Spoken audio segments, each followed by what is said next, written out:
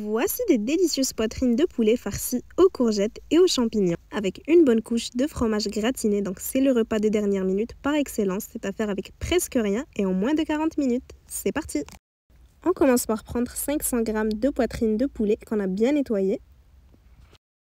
On va ensuite les découper en fines tranches comme ceci. Donc voici l'épaisseur désirée. Quand c'est fait, on va les éparpiller sur notre planche. On dispose une feuille de papier sulfurisé sur le dessus, puis on va bien écraser le poulet avec ce qu'on a sous la main. On n'y va pas de main morte, on aplatit au maximum comme pour un cordon bleu. On va venir tout simplement saupoudrer un peu de poivre. On ajoute également du sel. Ensuite, on va malaxer le tout pour que le poulet soit bien assaisonné de partout. On laisse de côté, puis on va s'attaquer à notre farce qui est vraiment toute simple. Donc on va commencer par prendre un oignon, puis on va l'émincer finement comme ceci. Ce qui est vraiment bien avec cette recette, c'est qu'elle vous permettra de liquider ce que vous avez dans le frigo. Donc vous n'êtes pas obligé de faire la même farce que moi, vous faites vraiment avec ce que vous avez à la maison. Sur feu moyen, on va mettre 2 cuillères à soupe d'huile d'olive à chauffer. Une fois que c'est chaud, on va y ajouter nos oignons émincés. On va faire revenir pendant environ 5 minutes jusqu'à ce qu'ils deviennent bien translucides. En attendant, on va couper 100 g de champignons bien lavés en petits morceaux.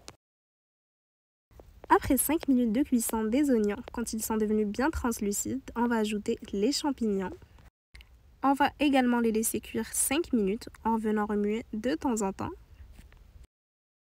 On assaisonne avec du poivre et du sel. Puis on va bien mélanger pour en imprégner les légumes. Pendant ce temps, on prend une courgette qu'on a également bien lavée, puis on va la râper grossièrement, comme ceci. Les ingrédients ici conviennent pour 3 à 4 personnes. N'hésitez pas à multiplier ou bien à diviser les quantités selon vos besoins.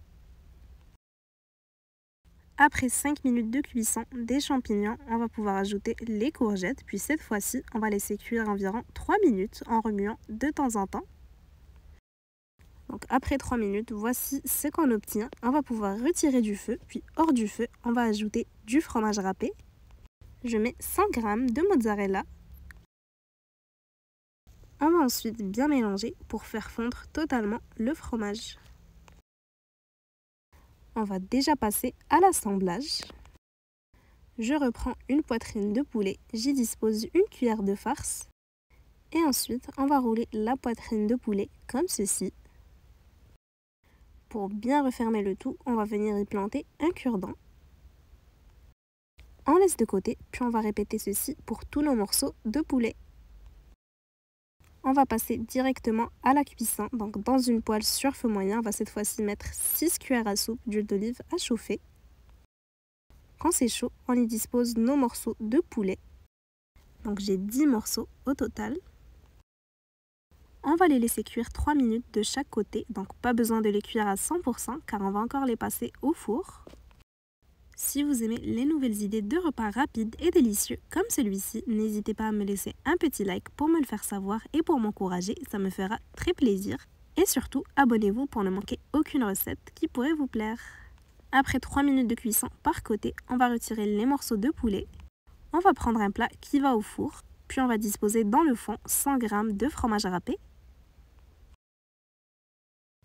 Ensuite, on y dispose nos morceaux de poulet comme ceci. On va pouvoir enfourner le tout dans le four préchauffé à 190 degrés, puis on va laisser cuire 15 minutes pour commencer. Après 15 minutes, on va remettre un peu de fromage râpé sur le dessus. On va laisser cette fois 8 minutes dans le four, toujours à 190 degrés, pour bien gratiner le fromage, comme ceci.